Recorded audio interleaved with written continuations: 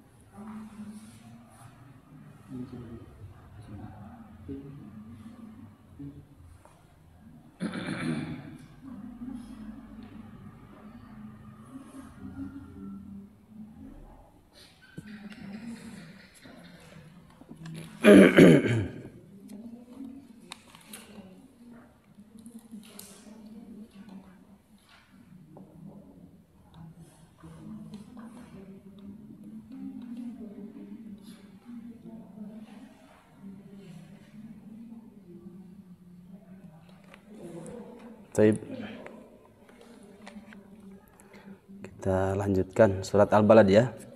Assalamualaikum warahmatullahi wabarakatuh.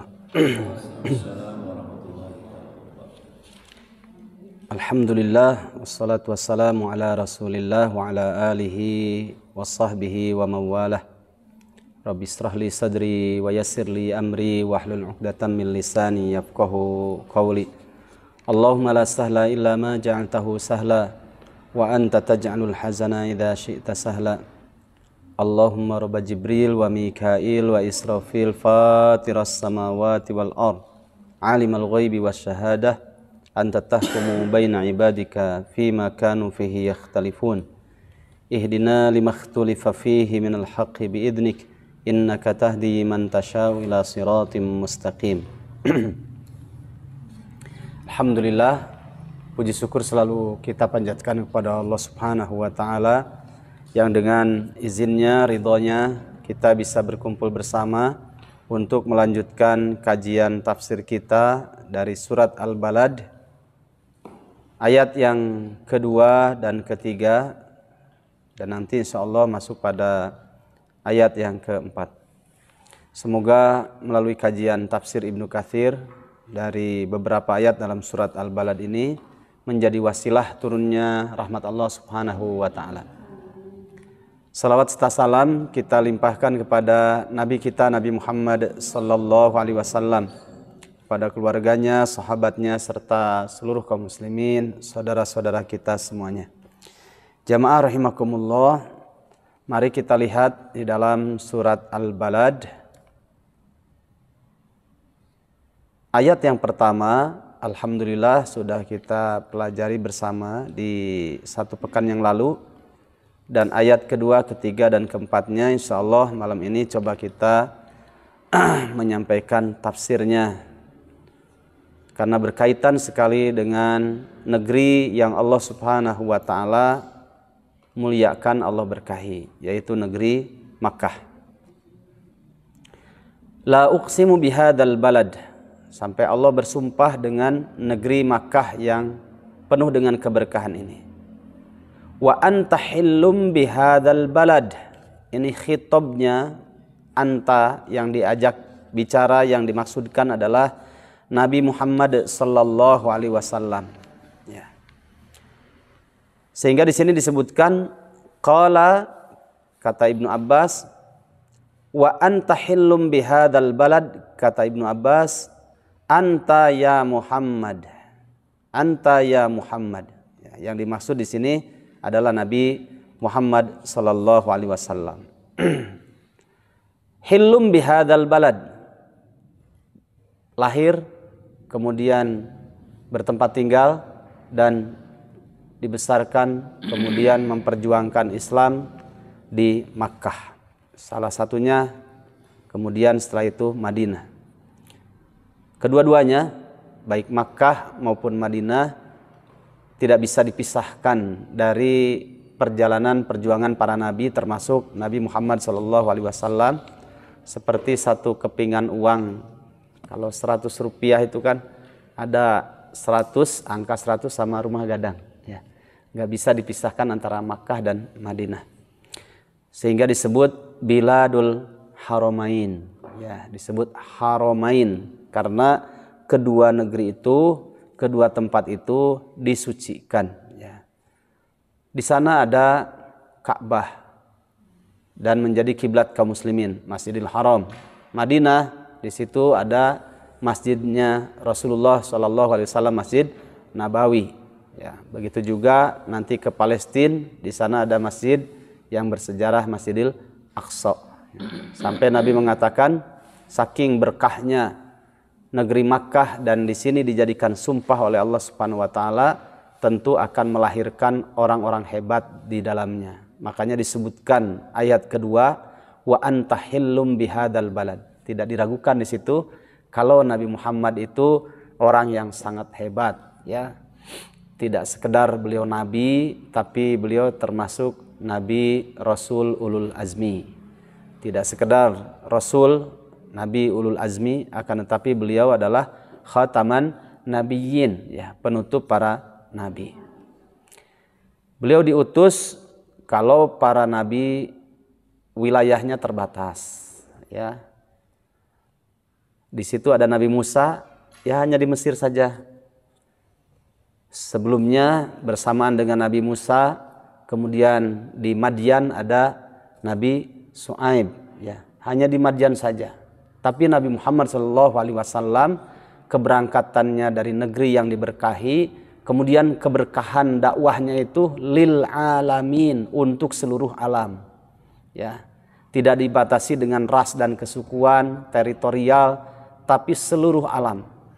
Kalau seluruh alam itu dulu pernah kita pelajari bersama Al-Fatihah, Alhamdulillahirabbil alamin. Yang disebut dengan alam itu adalah langit, bumi.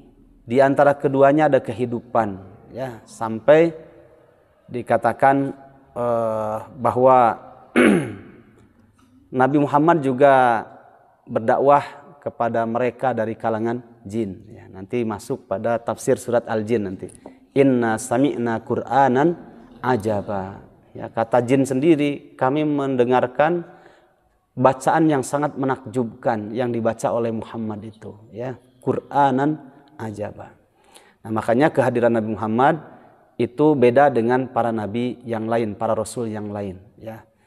Dilahirkan di negeri yang diberkahi, kemudian dimunculkan orang-orang yang penuh dengan keberkahan dan memberikan keberkahan kepada sekelilingnya. Tidak hanya di Makkah, tapi ke seluruh alam, ya, lintas teritorial, ya, tidak hanya di Makkah saja. Sampai-sampai keberkahannya Nabi Muhammad SAW dakwahnya karena lil alamin tadi, ya, itu sampai ada saudara kita, ya, seagama, Robnya sama Allah, nabinya sama Nabi Muhammad SAW. Dua kalimat syahadat yang mereka ucapkan itu di Eskimo masuk gitu, ya.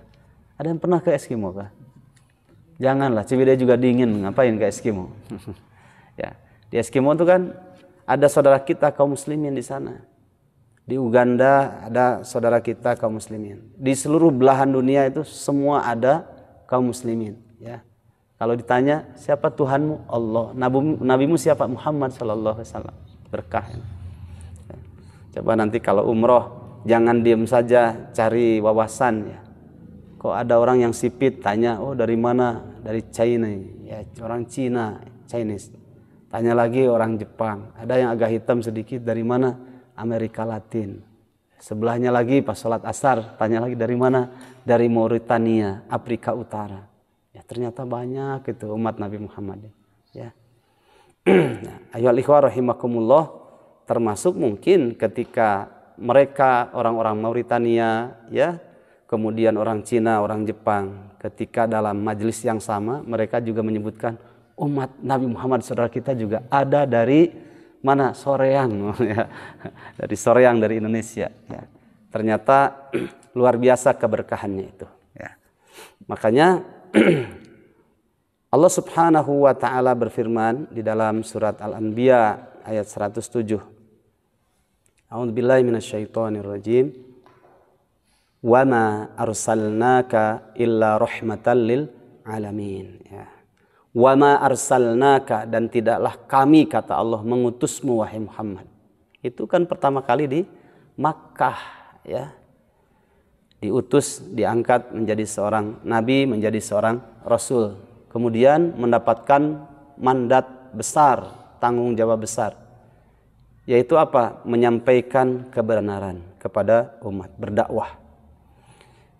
Sampai keberkahannya itu, wa ma arsalnaka, dan tidaklah kami mengutusmu wahai Muhammad, kata Allah, illa rahmatan lil alamin, kecuali menjadi rahmat bagi seluruh alam ya. Seluruh alam. Langit, bumi, kemudian di situ ada kehidupan manusia, kehidupan jin. Semuanya menjadi rahmat dengan kehadirannya Nabi Muhammad SAW. Masih ingat kan? Biasanya kalau kita umroh atau haji, umroh terutama yang lebih leluasa waktunya, itu minta city tour ke travel yang ibu bapak berangkat. Salah satu di antara city tournya nanti, biasanya nanti kalau di Makkah itu ke Taif ya, ke Taif. Salah satu yang dikunjungi ke Taif itu selain dari Masjid Sayyidina sahabat Ibnu Abbas radhiyallahu an, kemudian juga di Qo ya, ada Qo, lewat sedikit saja Qo, itu tempat yang Rasulullah pernah istirahat, kemudian beliau meletakkan ininya ya, sikutnya kan berbentuk Qo, jadi disebutnya tempat Qo ya. Terus nanti dari situ ada ke seorang perempuan yang sangat Allah jaga, kemudian dia juga menjaga kesuciannya, yaitu Ibunda Salimatus Sa'diyah, yang pernah Allah Subhanahu wa taala mentakdirkan Muhammad kecil itu dititipkan di sana. Tidak sembarang kan Allah memberikan ASI, yang kebiasaan orang Arab kalau ada yang lahiran itu ada jasa memberikan ASI ya. ASI itu kan nutrisi nomor 1, nggak ada bandingannya. Dan Muhammad kecil ketika itu Allah jadikan takdirnya itu dititipkan kepada siapa? Ibunda Halimatus Sa'diyah. Itu masih ada sampai sekarang Pak ya, tempatnya, kemudian tempat gembalaannya ya. Kan dari keberkahan sebelum diangkat menjadi seorang nabi saja itu dirasakan oleh Ibunda Halimatus Sa'diyah, yang cuma beberapa ekor saja. Kemudian Muhammad kecil itu digiring oleh Allah dengan takdirnya dan diberikan ASI oleh Ibunda Halimatus Sa'diyah. Masya Allah ya, keberkahannya, kambing-kambingnya pada beranak pinak banyak gitu. Tidak umum bagi orang-orang sana gitu. Ada apa ini? Ternyata keberkahan kehadiran seorang bayi yang nanti akan menjadi orang nomor 1 ya, seorang yang akan menjadi nabi, menjadi seorang rasul. Nah, wa anta hillum bihadzal balad, dan kamu Muhammad bertempat tinggal di negeri ini, di Makkah ini ya. Saking dimuliakannya, maka Allah lahirkan juga orang-orang yang mulia. Sampai Nabi mengatakan, la tasyuddur rihal illa bi thalathil masajid. Tetap nggak bisa menandingi Makkah Mukarramah. La tasyuddur rihal, tidaklah kalian menyiapkan diri membawa bekal yang lebih di dalam perjalanan kecuali kepada 3 tempat ini, 3 masjid ini ya. Yang pertama adalah Masjidil Haram, yang kedua Masjidil Hadza ya, masjidku ini, yaitu Masjid Nabawi kata Nabi, kemudian Masjidil Aqsa. Bahkan kata Nabi, sholat di Masjidil Haram sekali itu ta'dilu, itu seimbang pahalanya sampai berapa? 100.000 kali sholat di masjid yang lain ya. Di mana itu? Wa anta hillum bihadzal balad ya. Diberkahi tempat ini ya, karena melahirkan juga orang-orang yang hebat ya. Belum lagi Kalau kita sholat di Masjid Nabawi itu sebanding dengan 1000 kali sholat di masjid yang lain. Kalau di Masjid Al-Aqsa sebanding dengan 500 kali di masjid yang lain. Kubah emas nggak ada hadisnya. Ya, apalagi Riyadul Muttaqin, Al-Islah nggak ada. Ya, itu cuma 3 illa bi salasil masajid, kecuali di salah satu di antara 3 masjid ini. Berkah ya. Ayuhal ikhwah rahimakumullah. Di sekitar Makkah itu tidak hanya Nabi Muhammad, itu kan perjalanannya panjang. Termasuk juga di sana ada para Rasul ulul azmi. Ya. Nabiullah Ibrahim juga, ya. Kemudian Nabi Isa juga, bahkan dalam hadis yang banyak sebagian orang tidak meyakini hadis itu tentang nanti di akhir zaman Nabi Isa juga akan mengimami dan ya kaum muslimin dari ashabu royatis sud, ya, para umat Nabi Muhammad yang menjadi orang-orang pilihan yang akan mengusung panji-panji hitam ya di akhir zaman, mengikuti salah seorang di antara Imam Mahdi. Kemudian sampai Nabi Isa pun ketika itu mau mengimami dan dipersilahkan oleh Imam Mahdi ya. Kemudian Nabi Isa menyuruhnya anta ahaq, ya, engkau adalah lebih berhak. Kemudian sholat di mana itu? Di Masjidil Haram kejadiannya.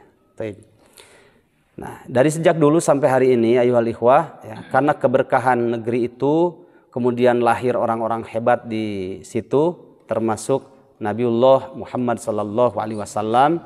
Sampai hari ini keberkahannya itu terasa ya. Sampai hari ini keberkahannya dijaga oleh Allah Subhanahu wa taala dari setiap usaha orang-orang yang kafir, orang-orang dolim untuk merusak citra kesucian Masjidil Haram. Dulu ketika kekhilafahan Bani Fatimiyah sempat ya, sering orang-orang Syiah itu berusaha bagaimana supaya kesucian Masjidil Haram itu ternodai gitu. Sampai pernah mereka berusaha untuk dan berhasil mengambil rukun yang kedua dari rukun umroh ya, yaitu ketika kita mau tawaf di situ ada satu makhluk Allah warnanya hitam namanya Hajar Aswad. Itu pernah dicuri ya, sempat dicuri. Sekian tahun menghilang, kemudian atas izin Allah Subhanahu wa taala kemudian kerajaan Arab Saudi mengambil lagi dan bisa disimpan lagi. Kemudian sampai sekarang Allah Subhanahu wa taala jaga. Yang punya kelakuan seperti itu adalah orang-orang Syiah ya, yang mereka mendominasi ketika itu kekhilafahan Fatimiyah. Tapi intinya apa? Merusak kehormatan dan kesucian Masjidil Haram itu sendiri. Tapi tidak bisa karena dijaga oleh Allah Subhanahu wa taala ya, dari sejak dulu sampai hari ini. Jamaah rahimakumullah, bahkan Nabi mengatakan nanti di akhir zaman itu ada 2 negeri yang Allah Subhanahu wa taala jaga sehingga orang yang membawa fitnah terbesar akhir zaman yang disebut dengan Dajjal, yang kita saja ketika tahiyat kan berlindung kepada Allah dari fitnah Dajjal, itu tidak bisa masuk ke 2 negeri ini ya. Semua 7 pintu atau 7 jalur menuju ke sana ada 2 malaikat yang Allah siapkan, Allah perintahkan untuk berjaga di 7 pintu itu, sehingga tidak bisa masuk negeri Makkah, tidak bisa masuk negeri Madinah. Maka beruntunglah orang-orang yang ada di Haramain ya, dijaga oleh Allah Subhanahu wa taala dengan 2 malaikat di setiap pintu di antara 7 pintu itu ya. Nah, ini tidak sekedar Allah bersumpah la uqsimu bihadzal balad wa anta hillum bihadzal balad, tapi betul-betul ada sesuatu hikmah dan pelajaran besar di balik sumpah yang ada dalam surat Al-Balad ini. Wa walidi wa ma walad, demi yang melahirkan dan anak yang dilahirkan. Jamaah rahimakumullah, di dalam tafsir di sini disebutkan yakni bil walid Adam wa ma wulida waladuh. Yang dimaksud dengan wa walidi wa ma walad, demi orang tua yang melahirkan dan yang dilahirkan dari anak keturunannya. Maksudnya adalah Nabi Adam dan Siti Hawa. Karena itu termasuk orang yang pertama kali Allah Subhanahu wa taala ciptakan, dan itulah bapak ibu kita ya, dari orang yang pertama kali Allah ciptakan, Nabi Adam dan Hawa ya. Itu kalau kita baca kisahnya ya, nanti dalam surat Al-Baqarah ya, banyak sekali kisah dan disebutkan kalau Nabi Adam itu dan ibunda Hawa diuji oleh Allah Subhanahu wa taala ketika di dalam jannah, kemudian wala taqraba hadhihi syajarata fatakuna minadh dhalimin ya. Coba kita lihat di dalam surat Al-Baqarah surat kedua ayat 34 kalau tidak keliru. Kalau tidak keliru berarti benar.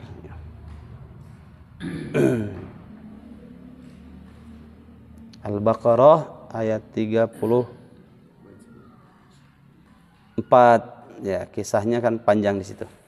Sampai ayat 35. Sampai 36 ya. Wa qulna ya Adamu uskun anta wa zaujukal wa idh qulna lil malaikati isjudu li Adama fasajadu illa iblis. Dan ingatlah ketika kami di sini Allah Subhanahu wa taala perintahkan kepada para malaikat. Di situ ada malaikat, disebutkan malaikat itu mewakili makhluk yang lain, yang di situ ada Nabi Adam dengan istrinya, dan di situ juga ada iblis ya. Karena malaikat ini mayoritas sehingga disebutkan malaikatnya saja secara mayoritas. Padahal di situ juga ada Nabi Adam, ibunda Hawa, dan juga iblis. Wa idh qulna, dan ingatlah ketika kami di sini Allah Subhanahu wa taala perintahkan lil malaikati kepada para malaikat dan juga kepada iblis, usjudu, sujudlah kalian semua wahai para malaikat, termasuk juga iblis, sujudlah kalian. Li Adama, kepada Adam, sebagai penghormatan karena ini perintah Allah. Fasajadu, maka semuanya sujud, illa iblis, kecuali iblis yang tidak mau sujud. Aba, dia enggan, wastakbara, dan menyombongkan diri, wakana, dan keadaan iblis minal kafirin, termasuk dari golongan kafir. Wakulna, dan kami katakan, kata Allah kepada Adam, ya Adamu, wahai Adam, uskun anta, bertempat tinggallah kamu, wa zaujuka, dan pasangan hidupmu, yaitu istrinya ibunda Hawa. Di mana? Al-jannata, di dalam jannah. Sudah, tinggal saja di sini. Wakula, dan silahkan saja kalian berdua makan ya, minha ya, dari buah-buah yang ada di dalam jannah itu. Rogodan haitsu syi'tuma ya, sebagai bukti kasih sayang Allah kepada mereka berdua. Haitsu syi'tuma, sesuka kalian silahkan ya. Mau buah yang mana, pohon yang mana, silahkan. Tapi setelah itu wala taqroba, dan omat, kata orang Sunda ya. Pokoknya omat, jangan sekali-kali kalian berdua mendekati hadhihi syajarota, pohon ini ya. Fatakuna, kalau kamu mendekati apalagi sampai memakan buahnya pohon ini, jadilah kalian berdua minadz zalimin, termasuk dari golongan orang-orang yang zalim. Nah, itu warningnya dari Allah. Fa'azallahuma syaitanu anha fa'akhrajahuma mimma kana fi. Ya, ini kan kisahnya panjang. Akhirnya syaitan dari kalangan iblis laknatullah. Iblis ini termasuk jegernya setan dari kalangan jin ya, dan paling tua ya. Iblis, setan ini mempengaruhi, memperdayakan Adam dan Hawa. Akhirnya mereka berdua ini fa'akhrajahuma, dikeluarkan kedua-duanya dari jannah, mimma kana fih, yang sebelumnya kedua-duanya ada di dalam jannah itu. Wa qulna ihbitu ba'dukum li ba'din adu, dan kami katakan ya, keluarlah sebagian di antara kalian terhadap sebagian yang lain, saling bermusuhan ya. Adam, Hawa dari kalangan manusia itu sampai sekarang tidak pernah bisa bersahabat ya, termasuk kita juga dengan yang namanya setan dari kalangan jin, anak buahnya iblis, ya. Aduwun, selamanya bermusuhan. Walakum fil ardi, dan bagi kalian fil ardi, di muka bumi, mustaqarrun, bertempat tinggal, wa mataun ilahin, dan mendapatkan kenikmatan sampai waktu ditentukan.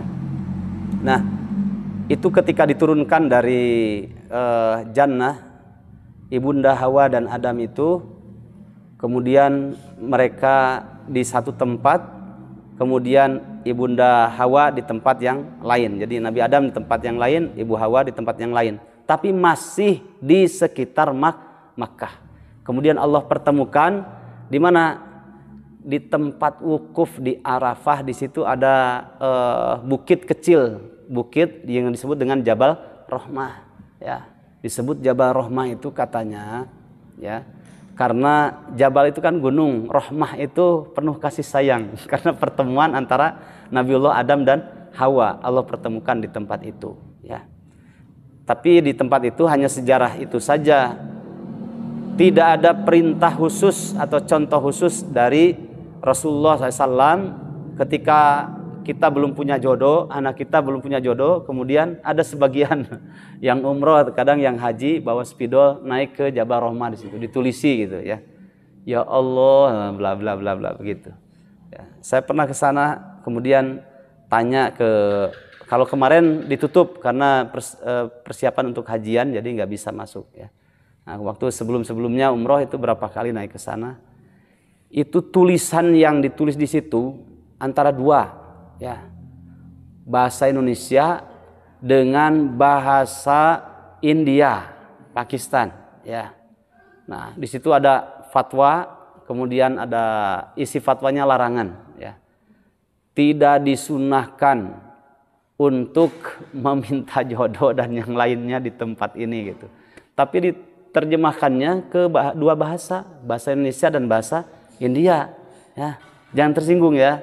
Nah, karena di dinding-dinding itu banyak orang Indonesia tulisan di situ, kemudian di sebelahnya banyak orang-orang India. Saya tanya ke teman yang di sana, kenapa tidak diterjemahkan ke bahasa Turki atau ke bahasa Mandarin dan yang lainnya? Lolobana minta di dia orang Indonesia aja, orang India gitu, ya. Masya Allah, tidak ada syariatnya di situ, ya. Di situ hanya sebuah sejarah saja, katanya seperti itu. Dipertemukan oleh Allah antara ibunda Hawa dan Adam alaihi wassalam itu di tempat Jabal Rahmah di situ, ya. Tempatnya sedikit lah, cuma berapa meter, pendek, ya. Nah, jamaah rahimakumullah, itu pun tempatnya di mana? Di Mekah. Jadi memang dari sejak awal Mekah itu dipilih oleh Allah Subhanahu wa taala negeri yang diberkahi gitu. Dari bapak kita juga, ya, nenek moyang kita Nabiullah Adam juga di situ diturunkannya. Kemudian beranak pinak sampai turun temurun kepada para nabi, para rasul, dan semua para rasul dan para nabi, meskipun ada yang diutus oleh Allah Subhanahu wa taala seperti di negeri Madian, ya, Nabi Syuaib, ya. Kemudian ada juga di Mesir, tapi tetap semuanya tidak bisa melepaskan dirinya dari yang namanya Makkah Mukarramah. Tidak bisa, ya. Nah, jamaah rahimakumullah, mungkin itu saja dulu sementara yang dapat kita kaji pada malam hari ini. Sebelumnya saya minta maaf agak terlambat, ada sesuatu yang terjadi. Barakallahu fikum. Kalau sudah takdir, ya sudah, nggak bisa lagi kita lepas dari keterbatasan kita. Semoga antum memaafkannya dan Allah Subhanahu wa taala mengampuni dosa kita semuanya. Assalamualaikum warahmatullahi wabarakatuh.